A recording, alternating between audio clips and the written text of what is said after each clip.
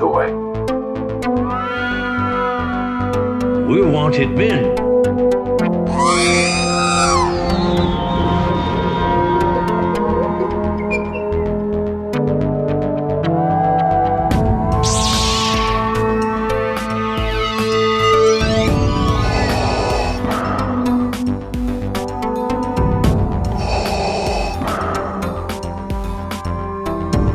I have spoken.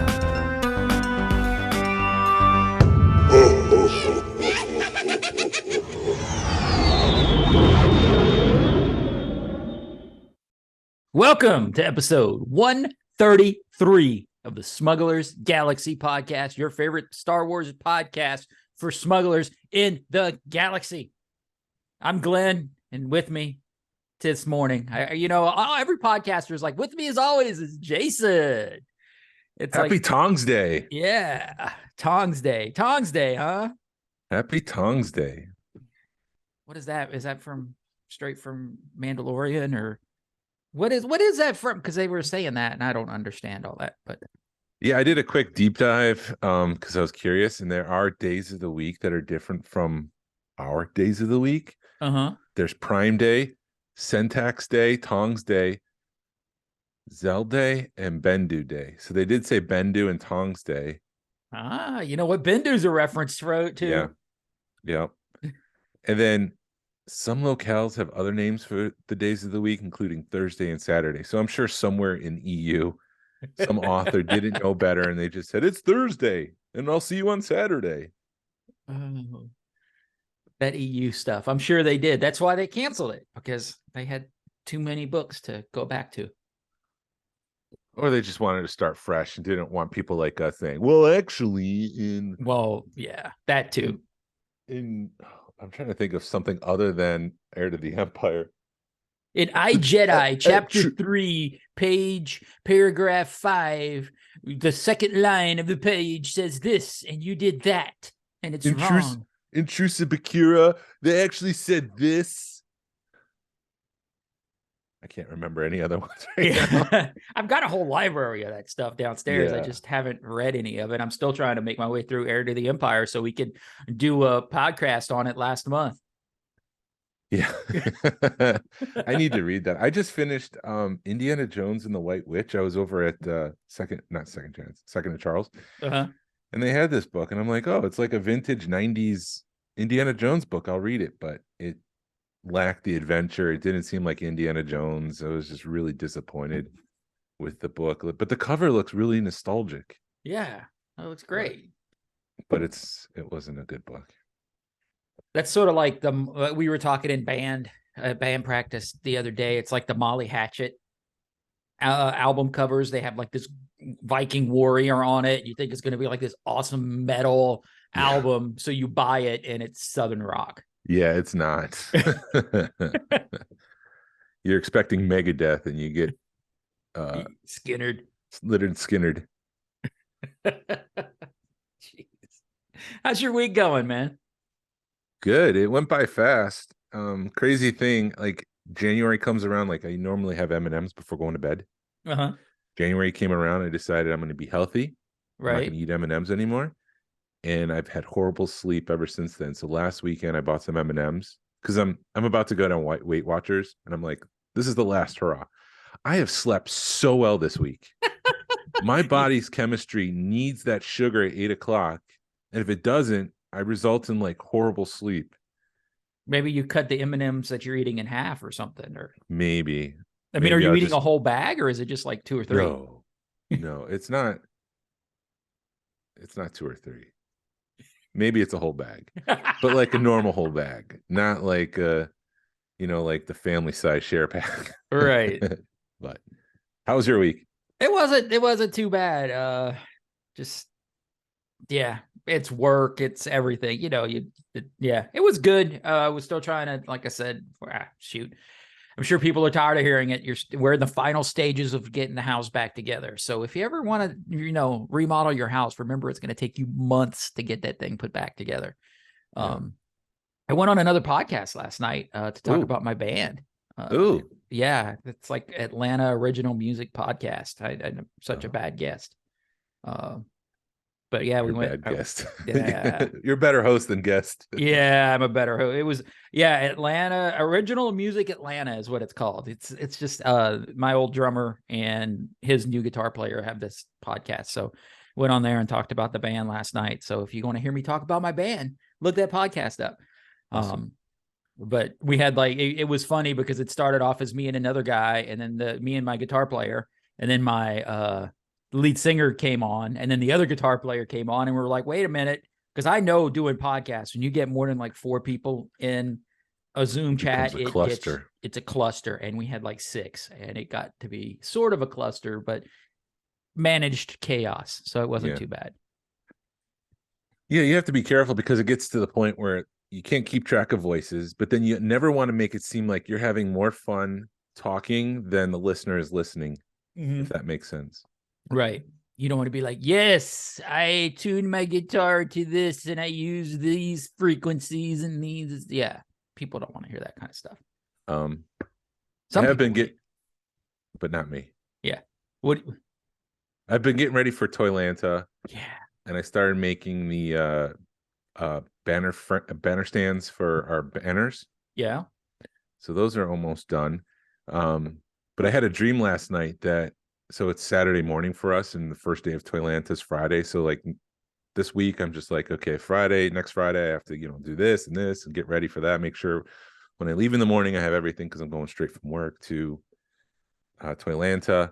It's on the other side of town, so there's traffic issues. So like I'm going through this like in the back of my mind all week long. Last night I had a dream that you had called me because I completely missed Toylanta. Like yesterday was Toylanta, and I completely flaked. And I'm just like, I woke up this morning like, how did that happen? How did I have a dream about that? I kind of had the same thought last night too, because not last night, as I was leaving work yesterday, my boss is giving me grief. He's like, you got any toy stuff going on this weekend? Any Star Wars stuff? And I'm like, no, that's next weekend. We got a big toy show. And we talked about it for a minute. And as I'm walking out, I'm like, wait a minute. What if that was this weekend? No, it's next weekend. You're good. I think we've got enough stuff planned that we would have talked about it and we would have remembered. So there's no way we're going to miss Toyland. No, we're not going to miss Toyland. That's like the biggest toy thing of the year. Besides the Georgia Alliance of Star Wars Collectors Toy Show on May 13th. Well, I think Toyland may be a little bit bigger. But this is just as exciting. Yes, it is. It is. I missed Lucas this week, unfortunately. He was in town. Did you go by Second Chance? Yeah, I went by Second Chance. He left some micro machines for me, like one of the episode 1 ones. It's the pack with the Emperor, which is cool because I have the paint sample of that one. Oh, nice. So this is the first time I actually have the production version. But yeah, I'm bummed that we couldn't meet up, and he should be coming back soon. So hopefully we can make that work. It was just a matter of I was working, and then I had to take my daughter to orthodontist, and then he had to get on the plane. So freaking orthodontist and planes. And yeah. And then Jordan this week asked me to pick up the Black Series Jesse. It was part of the Walmart Collector Con thing. And that was frustrating as hell to get because Yakface said people were getting it, but then based on your zip code, it was blocking you from completing your order. What? Yeah. So some people were able to order it. Some people weren't. I was trying to get it for him. It took me about 20 minutes, and then I decided, I have other things to do. And when I say 20 minutes, I was going back and forth between work and trying to get this thing. It wasn't 20 minutes straight of trying to get this thing. Anyone from work's listening. And it was finally at lunchtime that I was able to order one. So, but it was just so frustrating because it's like 2023, you're trying to compete with Amazon. Get your crap together. Yeah. It was funny watching the text messages between the two of y'all. So in the chat. I finished my Tonica sisters. I'm moving on to other characters, and I'm like, how do I make a whir, which is the bartender? And I noticed Sala from the Indiana Jones Adventure series. He might make a good one. But I think I'm just gonna wait for that whole line to hit Ollie's. Yeah. You don't want to pay $25 for something and bust it open and beat it up. Yeah. So I think it's gonna have to wait, but I think that's what I'm gonna do. I think that's what my thoughts were this week. Cool. Yeah. Go ahead. Well, you go. Well, no, I was just going to say I need to make my way to Second Chance to pick up my gift from Lucas too, because he a couple of years ago he gave me a TED, or actually, yeah, I get them all confused and I shouldn't. Yeah, it's your thing. Yeah, it's my thing. He gave me a TED, which is the Keanu Reeves figure, and then he gave me a bill. He left it up at Second Chance. He painted some stormtroopers, some Black Series stormtroopers. So yeah, he customized them to look like Bill and Ted. Yeah, like the Kenner figure. So yeah, I need to get over there. And my daughter like texted my wife, "Oh yeah, I'm at Second Chance." And I'm like, "Why didn't somebody tell me she could have picked that up for me?" But I'll go tomorrow or later today. We'll see. I was talking to someone last week. I don't want to incriminate them. And I had the idea popped in my head, because we always joke about Funko not being worth anything. Yeah. And there was the whole like $30 million worth of Funko is just going to be dumped into a dumpster because no one wants to buy it. But at the same time, it's sustained. Like there's collectors who collect Funko, and there are some that have value. And it's been going. But what if Black Series is what we always thought Funko would eventually become? Wow. Because when you look at the aftermarket prices, no one's buying it. The only thing that sells are the loose, cheap ones. Maybe it's not going to become that level, but maybe it is. Like they're not holding value. I don't know. Maybe Hasbro shot themselves in the foot by repeating and repacking and reusing and retooling. Yeah. That's an interesting thought, because it is, you're right. It's the stuff that people are buying cheap. They don't want I think we've kind of programmed ourselves as collectors to wait for clearance, because it happened with the TIE Fighter. It was a $160 piece, and then you could find it at clearance for under 100 if so I think we've done that to ourselves, and Hasbro's done it too. So yeah, I could see that. And it sucks, but it's also, we also tell people don't collect for an investment, collect because it's what you want. And if you were collecting Black Series as an investment and it falls through, I mean, that's kind of it. It's on you, but it's also, it's a risk you take. Collect what you love, but don't expect a windfall at the end of the line for Exactly. Black Series, because it's probably not going to happen. Right. I mean, there's some pieces that, the exclusive stuff like the Thrawn, and the exclusive Thrawn, the exclusive Boba Fett, that stuff's still holding value. Yeah. I can't believe, I think I saw somebody sell one of those Thrawns for a couple of $100, which blew me away. Yeah, that's like 175. Yeah, I paid which I regret not picking up. Yeah, I paid like $50 for mine a few years ago. I was at a toy shop that was in the process of moving or unpacking, and they let me dig through their stuff, and they had a Thrawn, and I picked it up. I was like, "How much you want for this?" $50. I was like, sold, because I tried buying it from Hasbro Pulse, and of course, your typical. It's in your basket. You're putting your credit card information in, and by the time you get done with it, they're like, "Oh, it's sold out. Thanks." Yeah. Did you pick anything up this week? I am waiting for a package from CAS. My Wampa finally graded.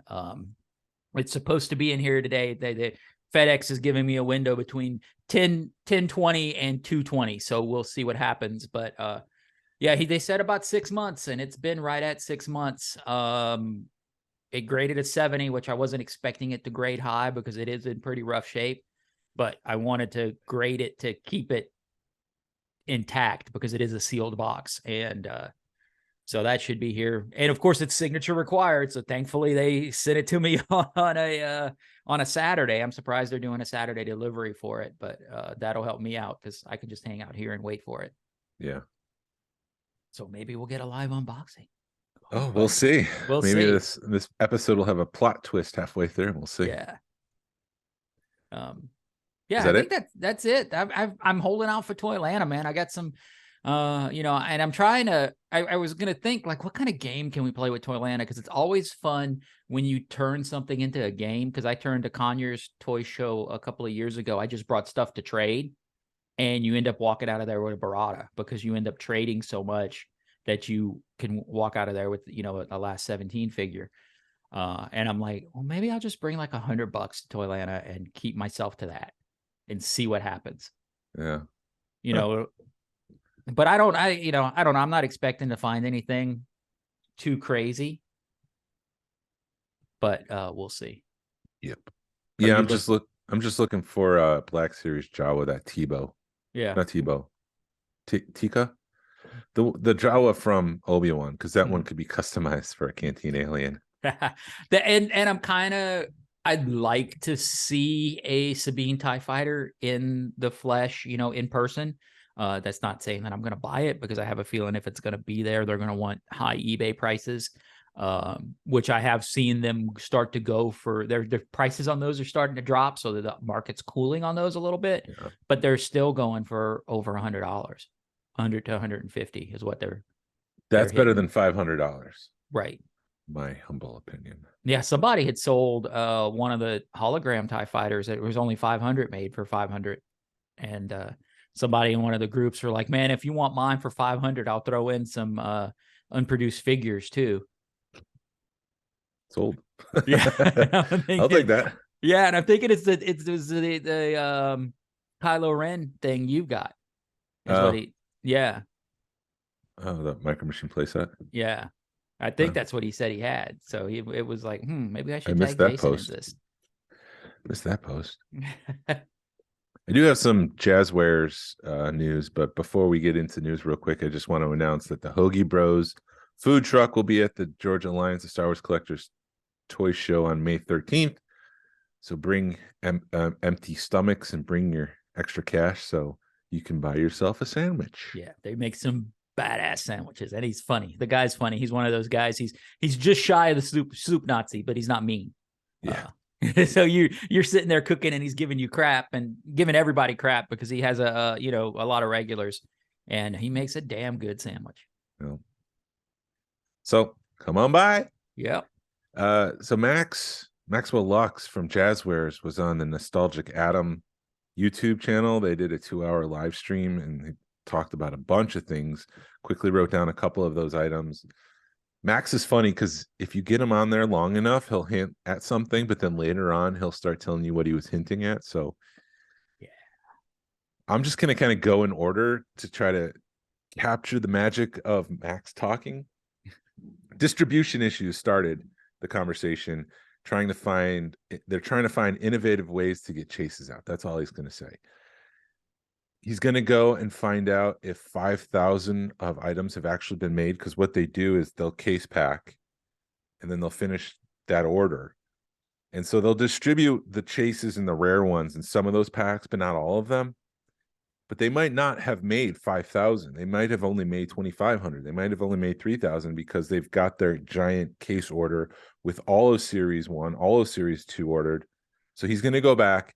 He's going to triple check to make sure that that number is true. Sometimes they underproduce based on the cases. If that's the case, he's going to try to find other ways to get things like the Sabine TIE Fighter out. So if they've only made 4,000, because that's, they needed 20,000 boxes, and based on the way that they mix things in, there's 1,000 left of those Sabine TIE Fighters. He's going to try to find a way to get those out there, those extra 1,000. Yeah, I'd be happy with. But he said, look for some sort of announcement in July. So he does tell us what he's thinking about this innovative idea to get chases out. So I'll get to that in just a second. Stores have already committed up to Series 4 right now. He said the problem is they need to clear out Series 1. And he says this is a problem with every toy line when you launch it, that you don't know what the magic number is. You can dial it in after you've got all your numbers out there and you see how it's selling. So for Series 2 and Series 3, they're able to say, well, we made 20,000, but we only need 10. Well, the problem right now is they've had an extra 10,000 sitting on the store shelf. So they need to get rid of those so they can get Series 2 out, they can get Series 3 out. And the numbers should be better dialed in now. So we shouldn't see the store shelves clogged with all these items.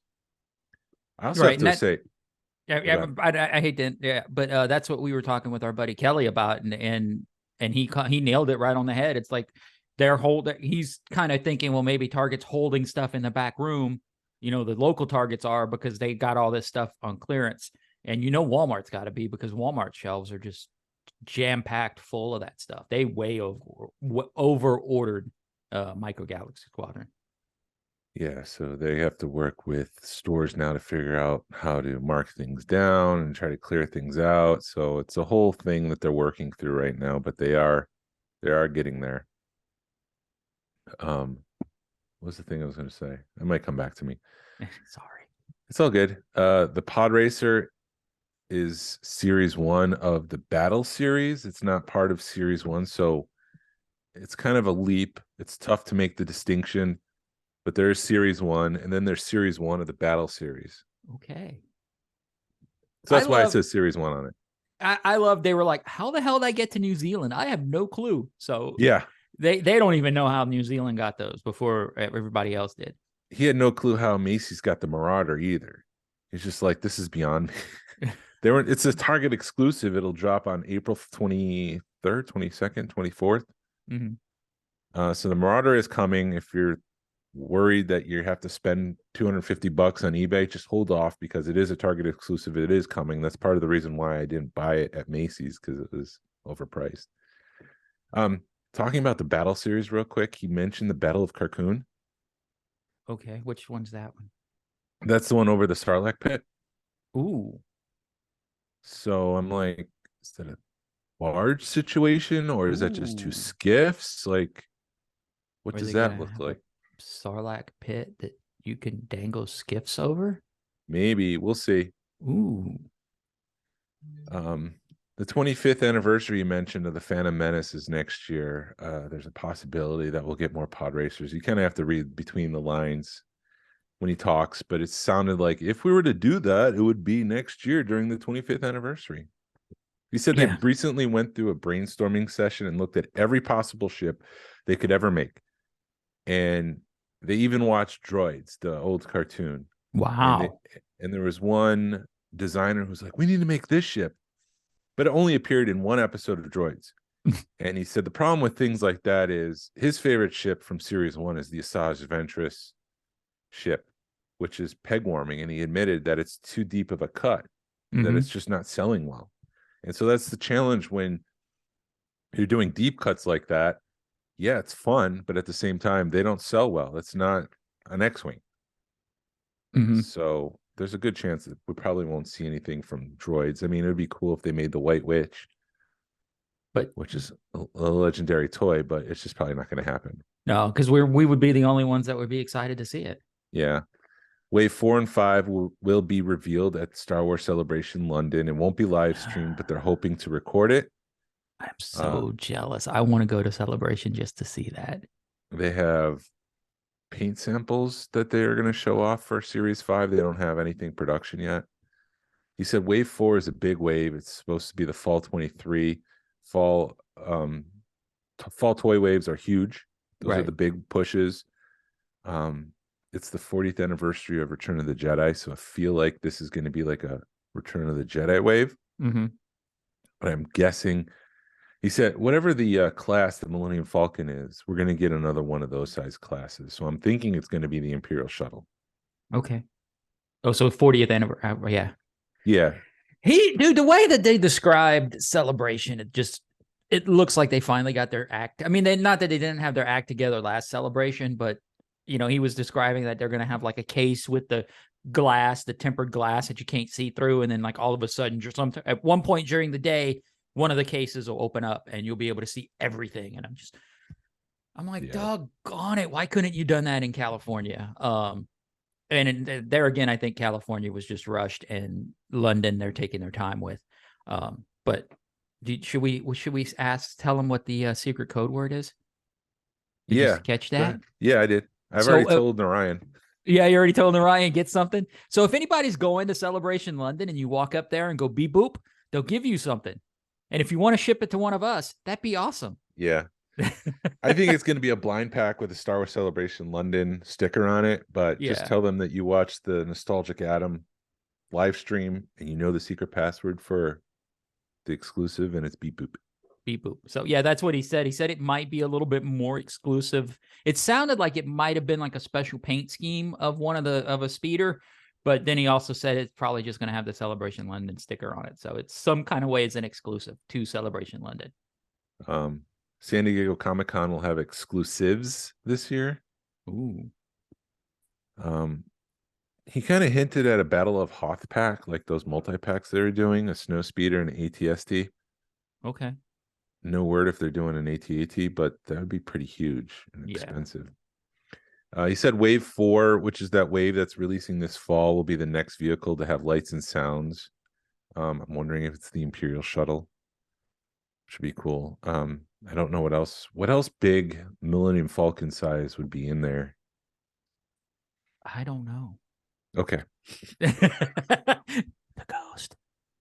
It's not in Return of the Jedi, guy. It's not in Return of the Jedi. Yeah, you're right. If you're gonna go Return of the Jedi, then it has to be the Imperial shuttle that would be that big. Yeah, I mean, and an AT-AT would be too big, I think. And it's not. Yeah, I mean, there isn't one in Return of the Jedi, but I don't know. Maybe that's it. Because then they could just reuse that for Hoth. Yeah, it'd have to be an Imperial shuttle. I mean, I'm racking my brain. Yeah, I don't know what they would put Return of the Jedi unless they're gonna do because the skiffs don't have lights and sound, right? No, not really, and they're too small. Like you want something Millennium Falcon size. See, that's what throws me off is you forget that it's to scale, so a skiff would be a couple of inches. It is, but it isn't. They said that the gauntlet they had to scale down, otherwise it would just be too big to make. Right. But there's fighters that size because there's different scales, different size gauntlets. Mm-hmm. So it is true, but it isn't true at the same time. Disney Parks came to Jazzwares with an idea, and Max was so excited. Ooh. So they want to do more in the parks. I'm hoping for Star Speeder 3000 or 2000 That'd from be cool. Star Tours. That would be my jam with the little Rex in there. So that'd be cool. Or maybe the escape pod that you fly out with, but that would be really small, I guess, for Rise of the Resistance. Yeah. Looking forward to future releases with stands. He mentions specifically Return of the Jedi Boba Fett starship. I was curious why he was so specific to mention Return of the Jedi's Boba Fett starship, but I'm wondering if that's because it's the 40th anniversary and it's coming already. Maybe. They better put a stand with it because those things are sitting on the shelf. Interestingly, he says a price announcement is coming spring 2024, contrary to what's happening in the toy industry. So does that mean prices are going down for this? Well, I mean, he also said that, when like with the battle pack, with the LAT battle packs, they announced them at close to $40 and then Target sells them at $30. Mm-hmm. When they announce a price, it's just a MSRP. Target can do whatever they want. Yeah. So maybe they're thinking, you know what, if Target's willing to sell it for 30 and it's selling, or maybe they'll do a price drop. It might be a way to it might be a way to get those things to sell too, because maybe people are it does scare me seeing them sitting on the shelves. Maybe they'll decrease the prices on the big packs on like the Millennium Falcon and stuff. Yeah, he talked about the sales pattern, I guess, for this line of vehicles where there's a big bump. Everyone's buying it for Series 2, but then afterwards, it's like, how do you maintain and sustain that growth? How do you get people on the other side, on the downward trend of people buying it? They stop buying it. They need kids to get into it. So it's like, how do you get that? So they had discussions internally at Jazzwares about that. He didn't really mention the strategy itself, but he did say that they're talking about a strategy to keep things sold. Right. I think it's it's hard for somebody to spend $30 on a Millennium Falcon for their kid. 20, they're probably going to do it. 30, you're thinking about. 20, you're like, yeah, sure, whatever, kid. Yeah, I agree. So that's the reason why I never got the Millennium Falcon as a kid. It was just too expensive, but I can get little figures. Right. He kept hinting at exclusives. There's possibly 2 Amazon exclusives. He's interested in a Death Star. He didn't come right out to say no, so I think they're trying to figure out the Death Star, but I don't understand how they could do that to scale other than maybe it's just a flat piece of the Death Star. Yeah, unless they do something like the Micro Collection where it's Micro Machines. Micro Collection, old school. And he mentioned the Micro Machine playset, the Death Star that pulls apart the Tatooine. Oh, okay. Or something like that too. I'm sorry, I forgot that they did that, where you had like the head or the thing that looked like a Death Star, and then it did something else. Well, that's right. He talked about it on our podcast, and he said like that's the only time Baru and Uncle Owen were featured as skeletons in a toy form. Right. Yeah, because he was like, "What's the weirdest toy you've ever seen?" And that came up. So I wonder if he was talking about the Death Star then at Jazzwares, and that's why it was fresh in his mind. Maybe, but something like that would work, because you could actually make like the trench run. Well, no, that would have to be huge. Never mind. I'm thinking micro action fleet, the little bitty ships. They had big ships. There's no way that'd be huge if you did a Death Star run with those. So you remember at the start of this news segment, I talked about him saying there's going to be like an innovative way to collect the chases and stuff like that. Uh-huh. Would you pay extra to get everything in one giant box? If it's affordable, maybe.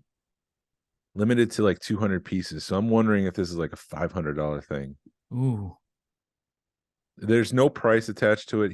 The only thing he threw out was limited to 200 pieces. But I think it would be everything, like, for example, in Series 2, you would get everything in Series 2, including all the blind packs. You would get all the chases and rarities. Trying to total everything in my mind, you're probably spending about $200 maybe for a series in total. Yeah. I don't know if I'd pay $5. I mean, if you're paying $2 just to do it, and then you're going to pay an extra $300, no. But if it's the same price, I would do it. Yeah, it would be at an elevated price of some sort. There would be a specialized price point. You would get like some sort of letter signed by the entire toy manufacturing team, the toy team that created the thing. And my wife asked me last night, would you do that? Isn't the hunt part of the fun? And I'm like, I've been hunting this Sabine TIE fighter for 2 months now. If I could just buy it for a couple $100 and be done, I'm in. Right. The chase, the thrill of the hunt isn't there anymore. Just give me the dang thing. It is I'm too so old gone for me. I've passed so many targets where I'm like, I'm just done. I can't, I'm passing a target right now. No, dude, no, I'm done. No, it's probably not going to be there. Yeah. Here, I'll be right back.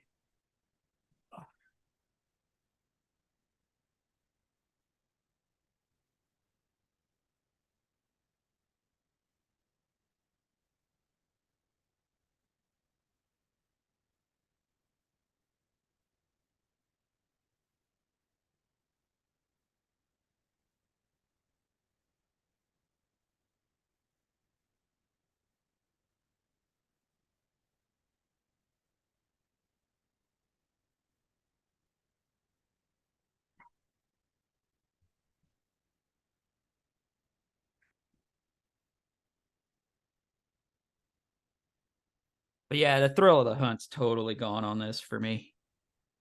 It's just a bummer. Yeah, it sucks that it is, because you're like, yesterday I'm passing a target and it's like, I'm just done because I stopped because of my job. If I pass one, I can stop because I'm on the road, and it gets annoying. And he did announce that we're getting a land speeder, but he didn't say how, and he said it might be rare. So we'll see, but that's coming too. Well, wouldn't the land speeder be about the size of a blind pack? I think so. I think he hinted with us that the land speeder would be a blind pack. I can't remember. I can't remember everything. You were so excited after that. You were just like, oh my God. Yeah. You sounded like a little kid. I am. I'm still 12 years old inside. According to Deadline, Willow will not return for season 2. Disney is cutting back on shows. They're delaying movies. They're cutting costs. I mean, look what's happening with some of the Avengers stuff. They've delayed that for a while. So this isn't a surprise. I've said all I needed to say about Willow. I know there's people who love it. I shared it on the Georgia Alliance group. There's a lot of people who loved it. There's a lot of people who, like me, didn't like it. So, if you like the show, I'm sorry. If you didn't like the show, the bleeding is ending. Well, I heard that they also were like, oh, we're just delaying it. I'd like to see the story end instead of just being like, oh, this is what we're leaving you on a cliffhanger. But then again, I don't remember what the cliffhanger was. Yeah, like there was another version of her in the worm world. Oh yeah.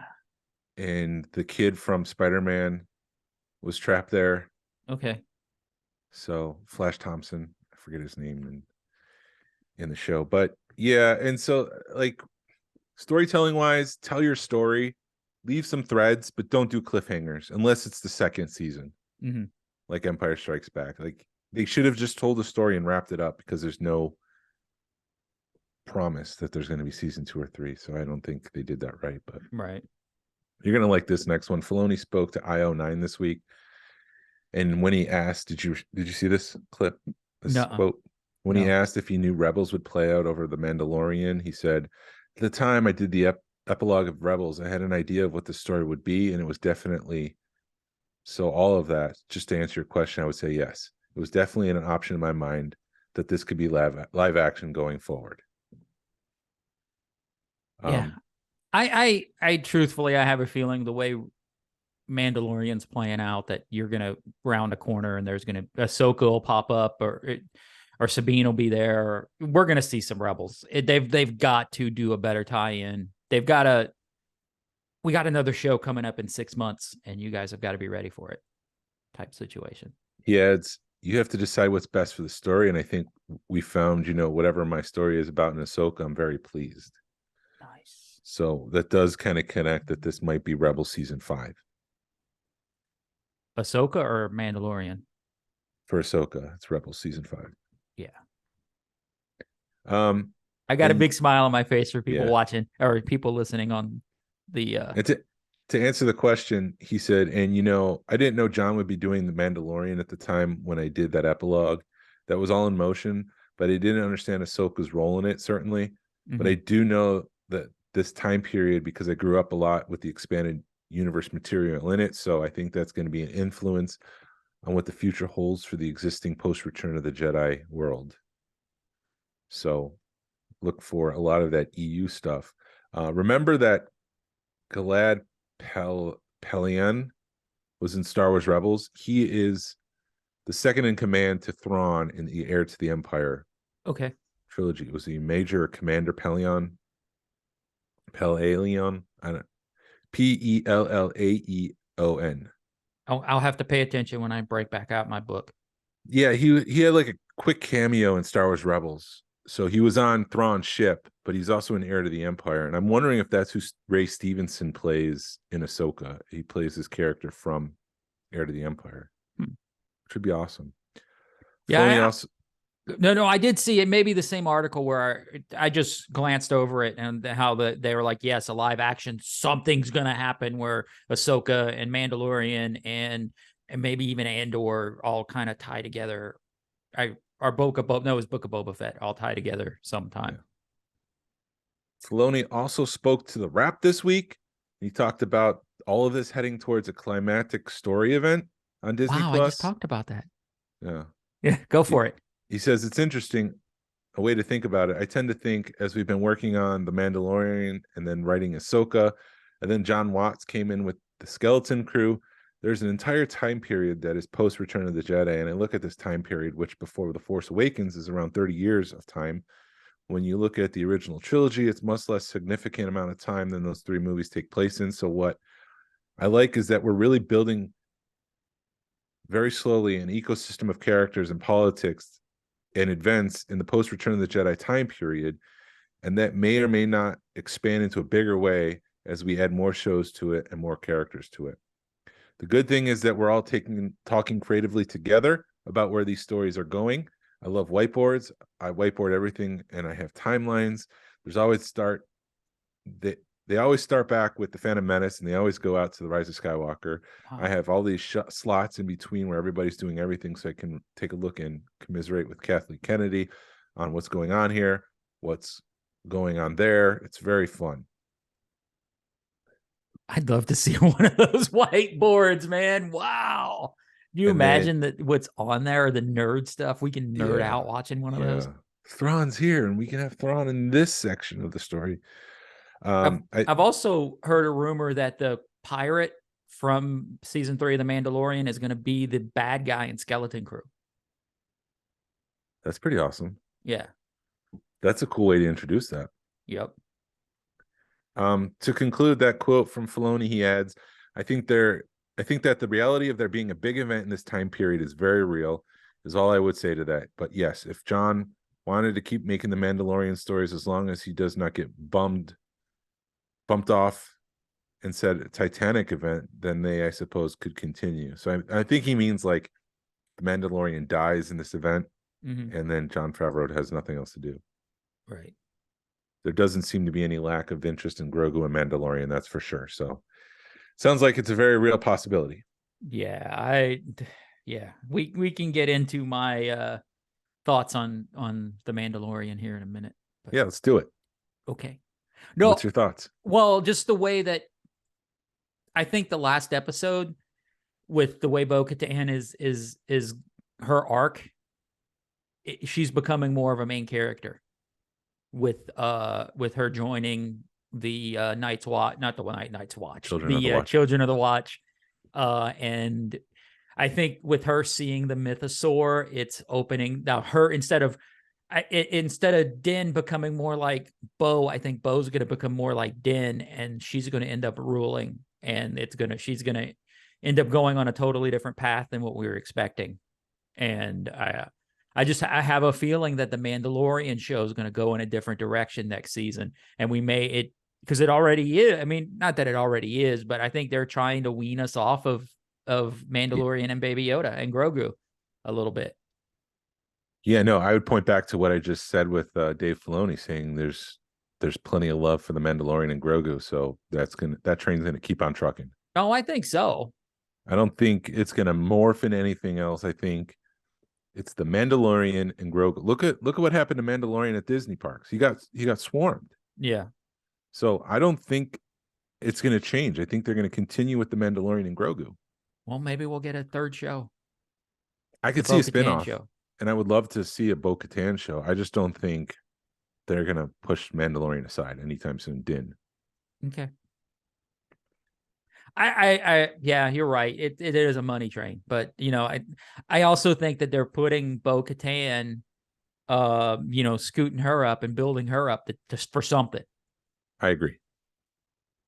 They're spending too much time on Bo-Katan the last 3 or 4 episodes, or especially the last one. With her seeing the mythosaur, and that something's going to happen with that character. Well, let's get into the convert, because what you're talking about with Bo-Katan, I think it wraps up at the end of the show. Yes. Where that's all headed. So let's talk about the show real quick. Before I start, what were your thoughts of Chapter 19, The Convert, directed by Lee Isaac Chung and written by Jon Favreau and Noah Clore? I tuned in for a episode of Mandalorian, and Andor showed up. Is that a bad thing? Not necessarily. I think it's a bad thing in the fact that you were wanting the Mandalorian story to be pushed forward, and we've got a little bit of that, but we didn't get the push that we were wanting. Then that would be my answer. I think everybody's wanting to see because we're a hurry up and give it to me society.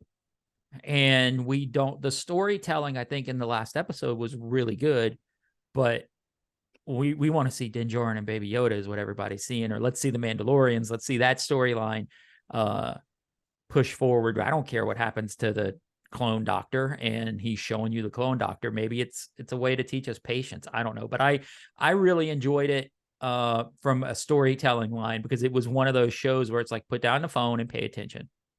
Yeah, I agree. The first time I watched it, I was like, what is this? Mm-hmm. This is interesting. The second time I watched it to take notes for this episode of our podcast, I fell in love with it. Yeah, I was like, this is amazing, because in Return of the Jedi, Mon Mothma is a tertiary character who's got 5 minutes of screen time. You can't explore her background, her relationships, like none of that stuff. She's just there, and then she's gone. She serves her purpose to serve the Skywalker saga.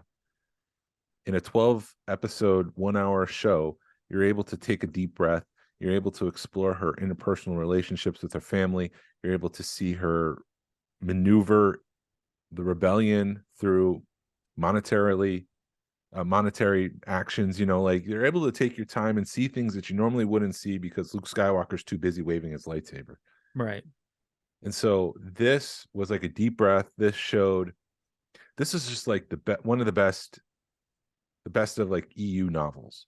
However, it did feel like halfway through reading the novel, I just threw it across the room and I never got back to it. Like, it was a great novel. I read half of it, but I don't know where it's going. I don't know where it is. I don't know if I'm ever going to come back to it. Right. Yeah.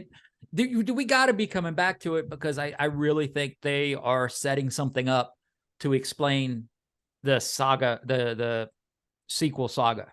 Yeah. And I'm curious, they left it on a little bit of a cliffhanger, and they need to button that up. We need to figure out what her deal is with is she working for the Empire, as a mole? Was that her whole job, was to, are we going to go, let's just talk about it because we don't have a whole lot of time because you got to go. We don't need to go punch by punch on this. Let's do high level. Yeah. Okay. Let's start at the beginning. Yes. Is that all right? Yeah, let's do that. So we leave off exactly where the last episode left off, with Bo-Katan kind of staring into the water and looking into it, probably in disbelief. She's doing helmet acting. You as the viewer are inserting your thoughts into what the character's seeing because you have no cues as to what her face is saying. She's just staring into the water. So we're just assuming that she's flabbergasted by seeing Mythosaur. She does mention that it was a shallow pool. It's been opened up probably because of the bombing. Mm-hmm. She asked Din if he's seen anything. He said he hasn't. So she's holding on to a secret now that there's a Mythosaur in there. We still don't get an answer as to how he fell in. Is there a baby Mythosaur? Did the steps kind of just abruptly end and Beskar armor is just too heavy and he just fell to the depth? And he has no way to propel himself back up. That's what I think truly happened. I think Din Djarin, they're kind of I would listen to another podcast and they're like, Din Djarin's just becoming an idiot. Or, because Din Djarin versus Bo-Katan, and Bo-Katan is just very confident and doesn't take any shit.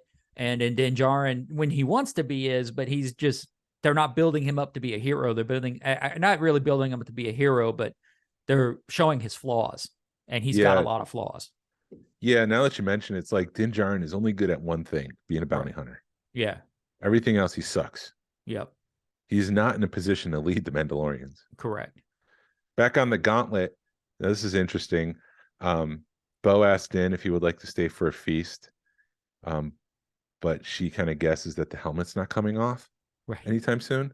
To which Din says, "This is the way." And then Bo-Katan just kind of, "Yep, this is the way." Mm-hmm. And then Grogu kind of mumbles something to himself. We're not sure if he's trying to say this is the way or not, but it seems like he's trying. And it both I combined them. This is the new Benifer.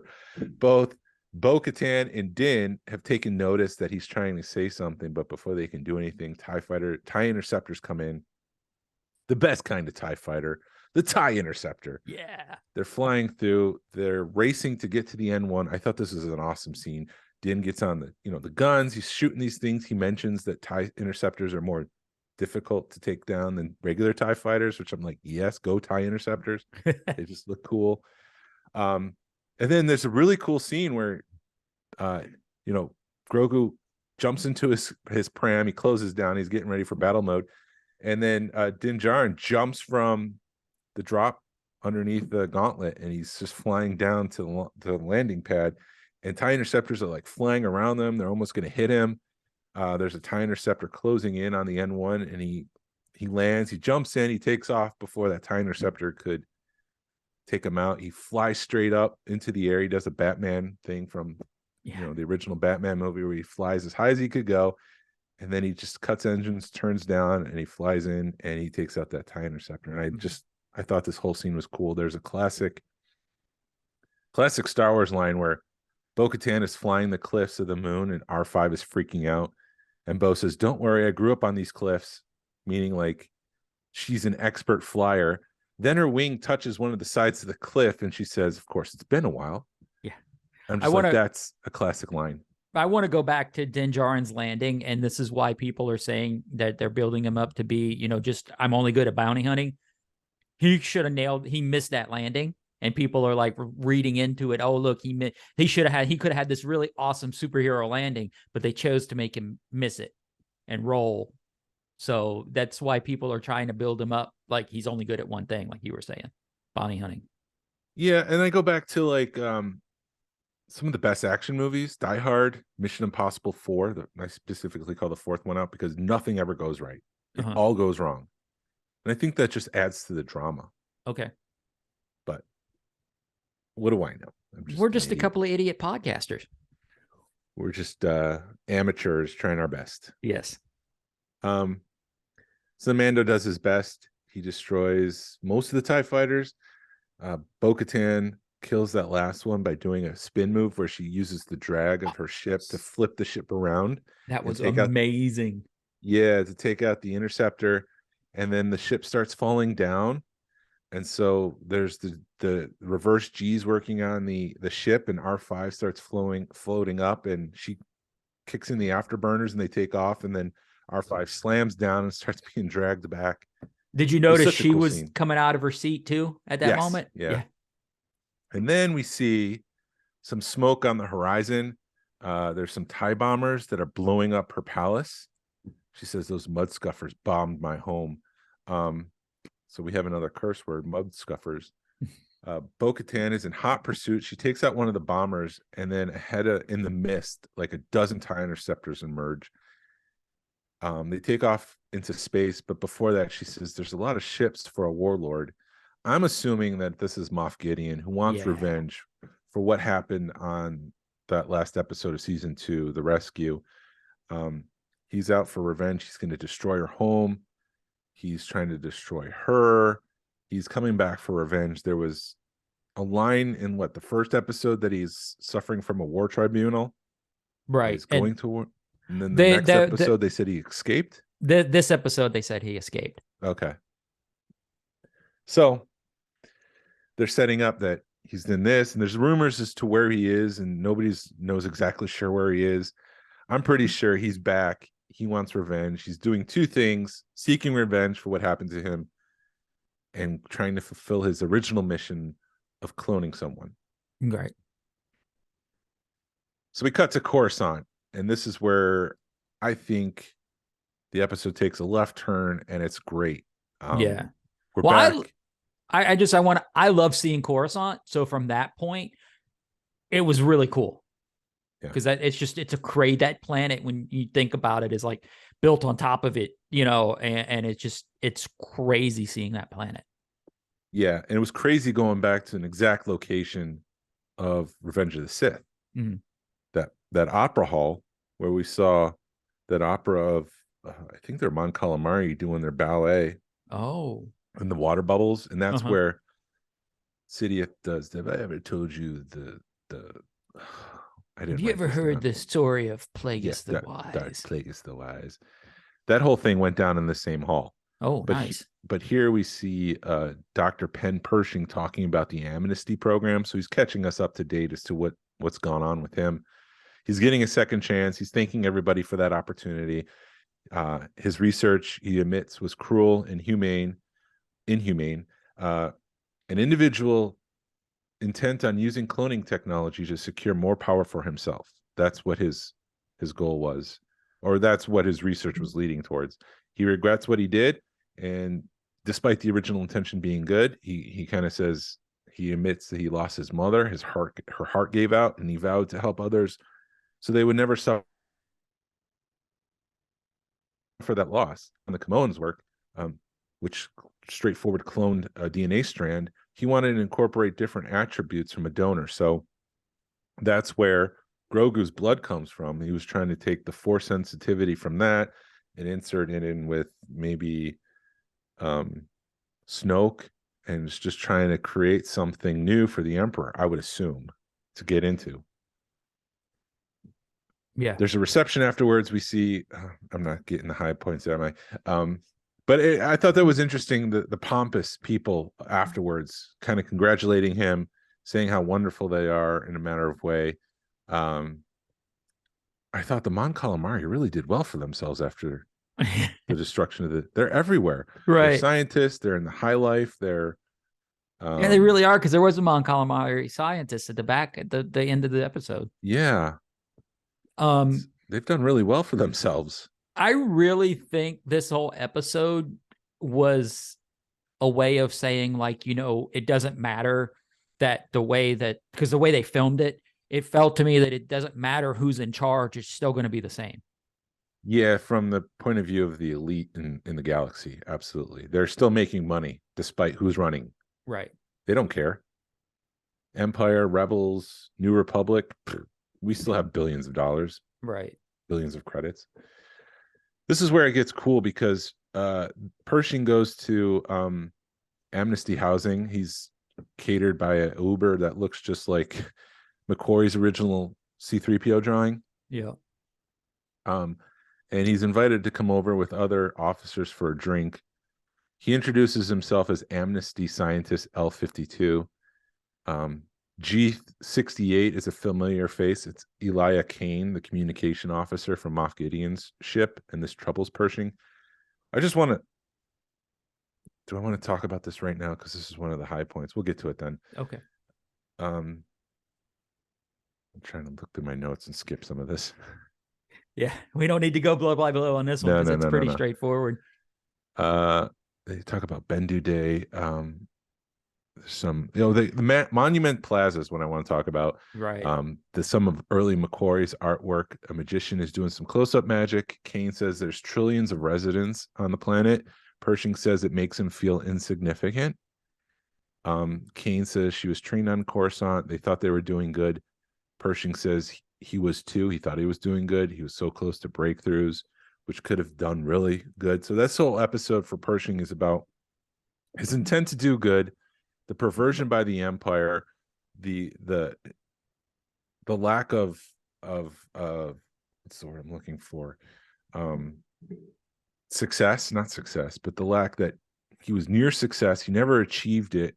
He could have done some really, really good.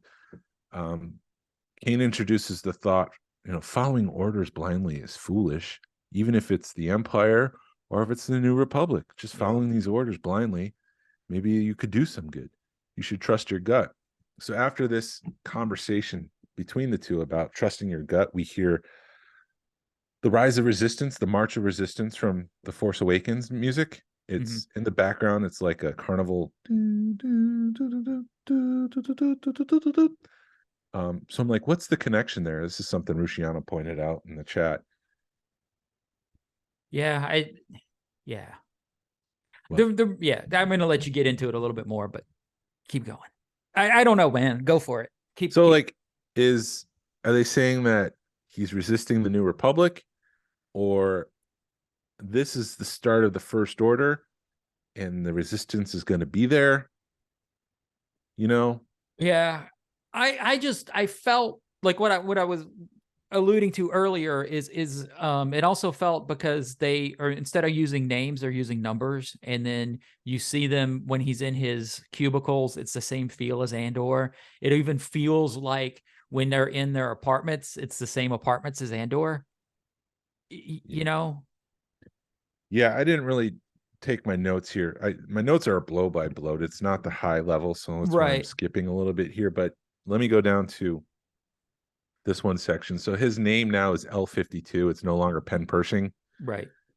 It's the exact same thing the First Order did to stormtroopers. Yep. Finn was actually named FN 2187. These are people who don't have names. Essentially, Pershing is a space Nazi who did horrible atrocities across the galaxy. You don't want somebody like that in your New Republic, but the New Republic is supposed to be different than the Empire. And they even mentioned the Empire would have done worse. They would have killed us. Right. And so this amnesty program has stripped and deprogrammed the person out of that Imperial officer. So they are essentially droids. And it's interesting because, have you ever seen Blade Runner? I have, but I hate.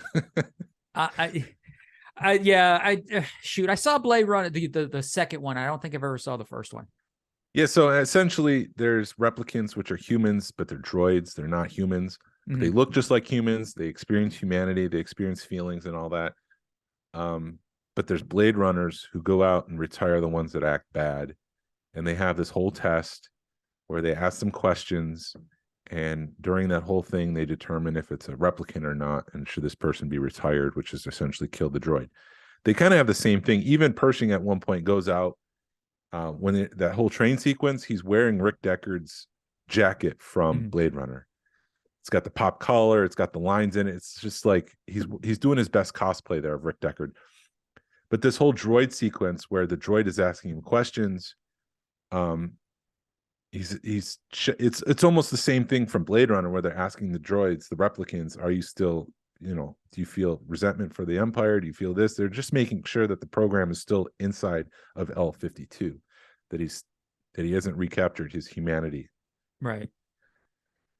That's a lot of talking. But that makes sense. Yeah, no, it totally makes sense because it did feel like I keep saying, it feels like the New Republic is no different than the Empire when it comes to these people. Yep. And when we cut back to him working, there was a couple scenes like you just mentioned, him working. The last time, he's depressed, he's repressed, he doesn't feel like himself. He's just going through the motions. He resents the fact that he can't do work. There's that last scene where he's saying, hey, this technology could be used for good. It's the imperial technology. We could use this for the betterment of the New Republic. And the New Republic's like, no, just delete it. We don't need it. Right. And so that piece of equipment is exactly how he's feeling symbolically. He feels like he's old equipment that's going to be retired and destroyed. He's not being used to its full potential, even though it could be used for the good of the entire system. Right. And that's when... Check out the big brain on Jason. Well, I love this episode. It's all connected, and this is why I fell in love with it. So we go back to that interview with the droid real quick, and he clarifies with the droid because he's starting to feel like this is ridiculous. I could be doing good. He says to the droid, our main objective is to help the New Republic. And the droid says, yes. And he says, this supersedes everything else. The droid says, it does. So Pershing interprets this as to do good for the New Republic, I have to do something bad because our first objective is to do good for the New Republic. Right. So that's why he decides I need to go get cloning equipment for my original mission because I could do good for this thing and they're not seeing my value. Okay, moving on. No. I get it. I'm sorry. I don't really have anything to add there, but you're right. I never thought about it that way, where he is considering himself to that equipment, but it did seem to me, it's like you guys are hurting for stuff and you're going to just destroy it. Like they were destroying the Republic fleet. It's like, why, man? Just hold on to it. But then I also read an article that sort of, they're pushing towards peace. And that's their way to push towards peace is by getting rid of the war machine. Yes. Yes. There was one of the books leading up to The Force Awakens where they were talking about how they decommissioned the rebellion fleet, the New Republic fleet, because of the whole peace thing. We don't need war. We don't need machines. And so when Leia comes back and says the First Order is a real threat, they're all like, no, it's not. And that's why they don't have any ships during the First Order fight, The Force Awakens, The Last Jedi, The Rise of Skywalker, because they never prepared for this. They decommissioned the entire fleet. Right. So there's the whole train sequence. That's where we get Tong's Day. I thought that was kind of funny. Another classic line when they're jumping from train to train. The first train they jump into, everyone's looking at them like, what's going on? And Pershing tries to mimic what Kane had done before. Tong's Day, right? And she says, we're going to work on that because it fell like a lead balloon or something like that. It didn't go over well. And so I was just like, that's another classic Star Wars line. That felt like the original trilogy. They travel through the tunnels. I believe it's the same tunnels from Attack of the Clones. Oh. Where's the whole chase sequence with Zam Wessel when they were in the speeders? Yeah, they go into a tunnel system, and I don't know if it's the exact same tunnel, but it's very similar. So I'm like, is that the meme from Once Upon a Time Holiday? Hey, there was there a it is. lot of that in this episode though too, because like all the data cards, the first data card when he's going through data cards is the same one that Jaren also has in Yeah. yeah. It'd be funny if he deleted the Death Star plans. Yeah.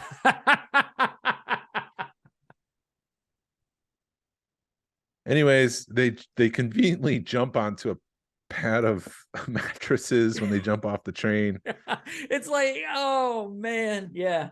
They sneak onto a Star Destroyer, and Kane apologizes for never introducing herself. So she does so. She tries to make him feel like a friend. They kind of have a laugh. They navigate to the lab. Now, this is where the excellent directing comes in. Pershing said he could never believe that he was actually in the lab when he first got there because it was his dream, and he was kind of like pinching himself when he first got there. And then Pershing asked Kane what she wanted to be when she grew up, and her face is in shadow. Did you catch that? No. Yeah, her face is in shadow. It's very obscured, and she just says, I didn't really have a chance to think about it. So she, from day one, became an imperial. Yeah. And I don't think she ever left. No, I think she's still there. I think that's why the stuff happens at the end. But then he grabs everything he needs. They leave. They go out into the hallways of the Imperial Star Destroyer, and they start seeing shadows and light, and they know that they're being followed. So they quickly run out. And they come out and they say, hey, L52, raise your hands. You're under arrest. And Kane steps out. She grabs the box of materials and walks away, totally setting Pershing up. Pershing wakes up in a lab, and we hear remix music from Max Rebo's band from Return of the Jedi, which I love because it's just classic original trilogy stuff. And it's a deep cut. I think that music is lost. I think they lost that music in the 80s, the original track. So it seemed a little bit different. Mon Calamari comes out and says that G68 has already submitted a report on the incident, meaning that they don't really care to hear L52 side of the story. They trust Kane more than they trust Pershing. Pershing says that the machine that they're connecting him to is a mind flare, which made my son laugh out loud because that's mind flares from Dungeons and Dragons, but it was also recycled, and it's the main villain in Stranger Things. So he got a kick out of that. Well, isn't that what they were using in Rogue One too? That whatever that Or Gullet. Saul Guerrero had. Or Gullet. Yeah. Okay. So it's the same. All right. But this machine is supposed to be non-invasive. It's approved for rehabilitation. He's just going to see colors, hear buzzing, and feel relief in no time. Pershing is afraid. He knows better. I laughed out loud when Pershing says to the Mon Calamari, it was a trap. It's like, I mean, like, it doesn't get better than that. You're telling a Mon Calamari what's a trap now. He's trying to tell Pershing's trying to tell everyone that Kane set him up. And then he's just looking at her saying, why did you set me up? They hook him to the machine.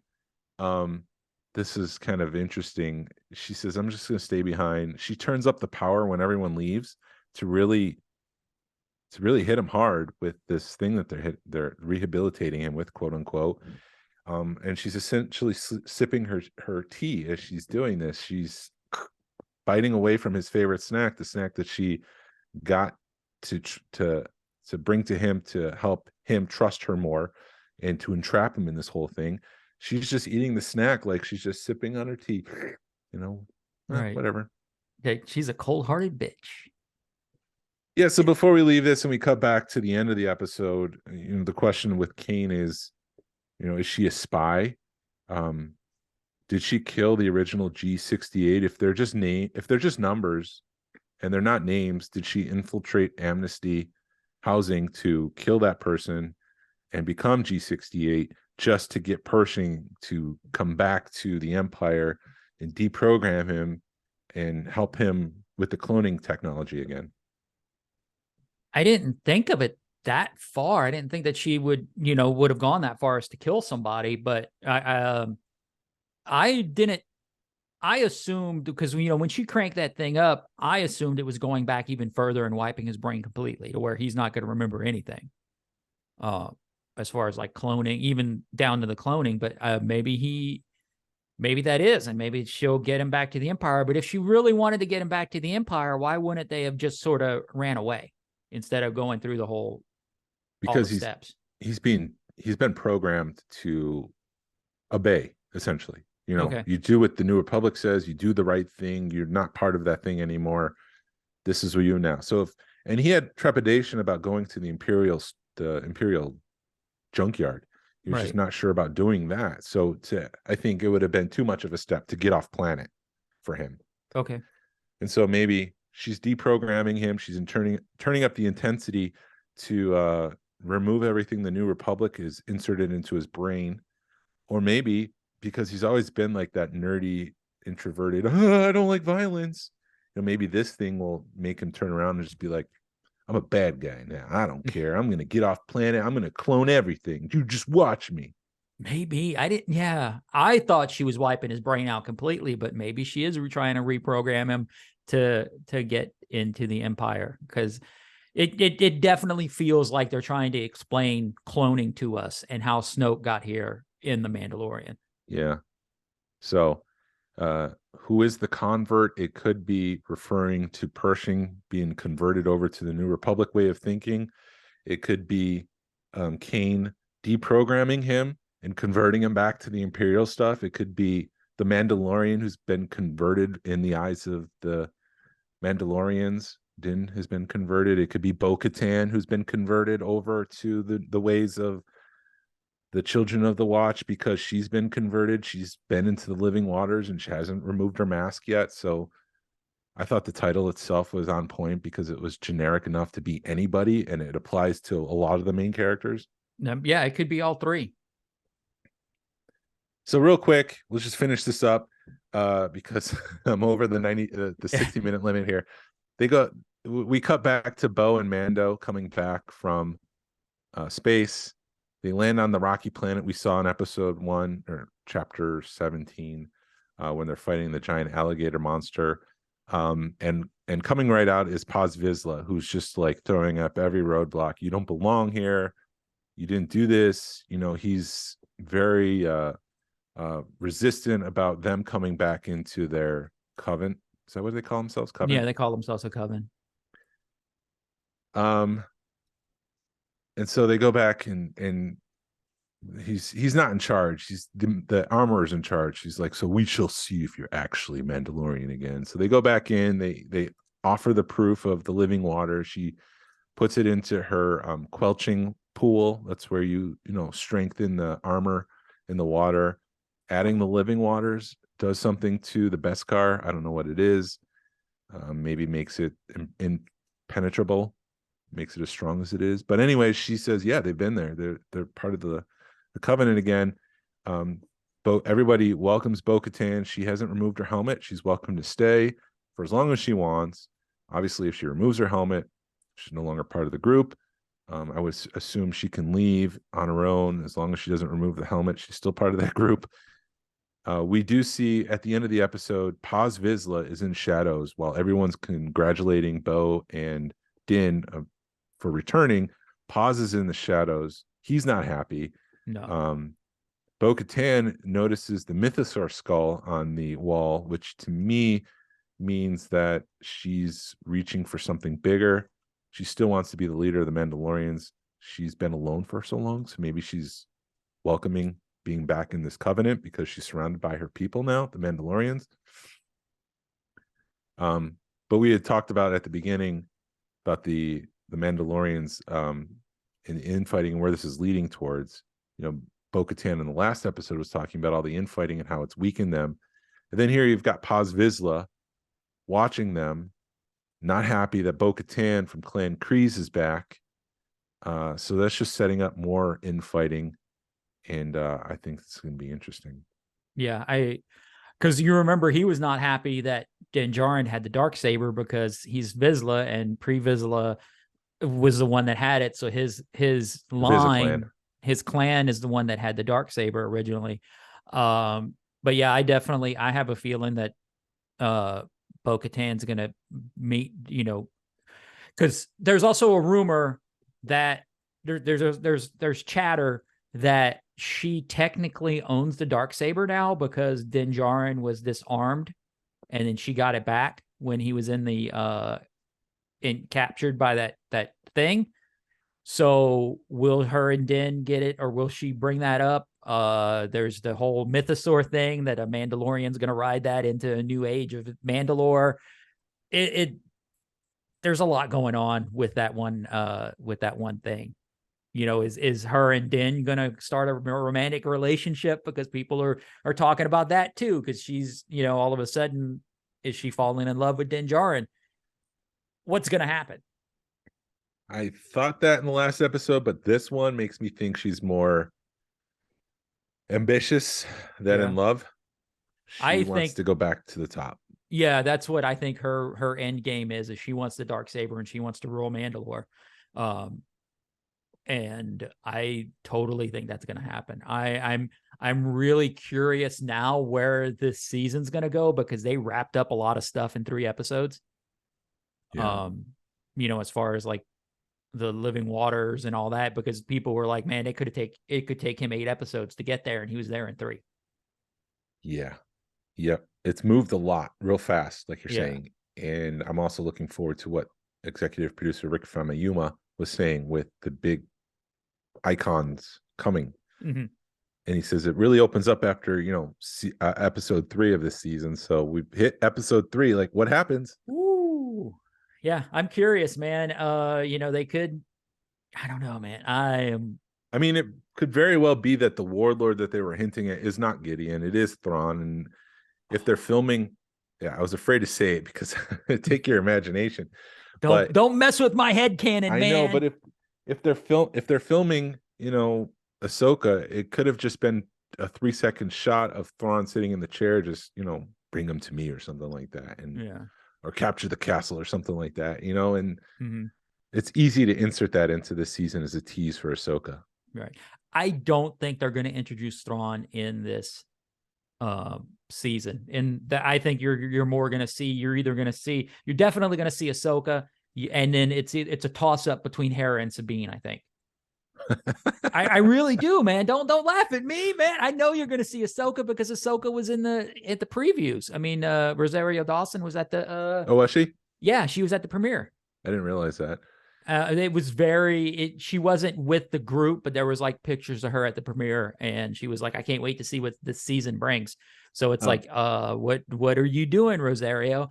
So yeah, I think it's going to be a toss-up. I don't think we're going to see Thrawn. I don't think we're going to see Ezra. We already saw the space whales. I think there's too big a story to tell in Ahsoka to tease Thrawn right now, because you got to figure out how they find him.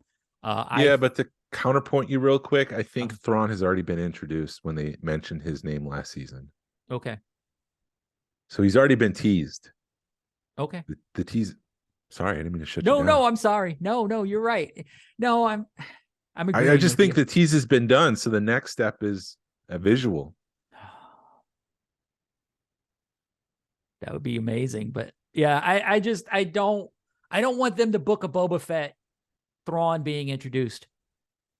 And what I mean by that is, sorry, you just looked down the little hole of your coffee cup and took me. No, I want to make sure I get all the chocolate. Sometimes the chocolate in the mocha gets stuck at the bottom, and then you finish the coffee and you realize that there's like a chunk of chocolate, and I'm like, why did I pay for chocolate if the chocolate's at the bottom and I can't get to it?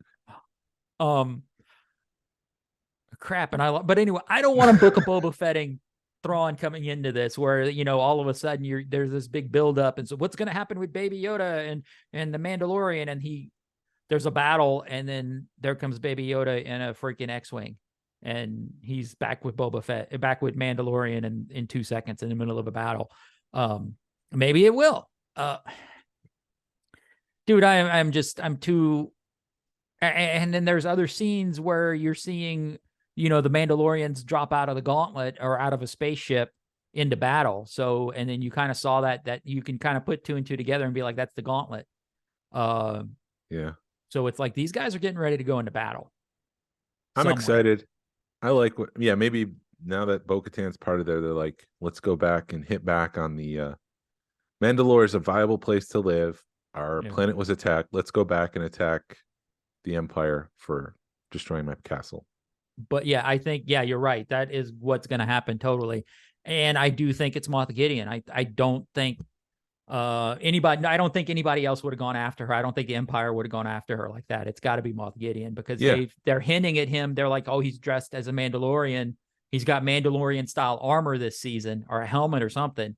So it had to have been Moff Gideon bringing that attack. So I think we'll see him, if not this episode, in the next episode. It'd be an interesting turn. Sorry, you just mentioned him in armor. If he is a Mandalorian, yeah, and he was just pulled into the Empire, but he had the Darksaber, so maybe that's how he got it. Is that he's true blood Mandalorian, and he's just working for the Empire. That would be interesting because you have no clue how he defeated Bo-Katan to get the Darksaber, or how you have no clue how Bo-Katan lost the Darksaber and Moff Gideon got it. So that's a totally other story we could tell in this in the Mandalorian.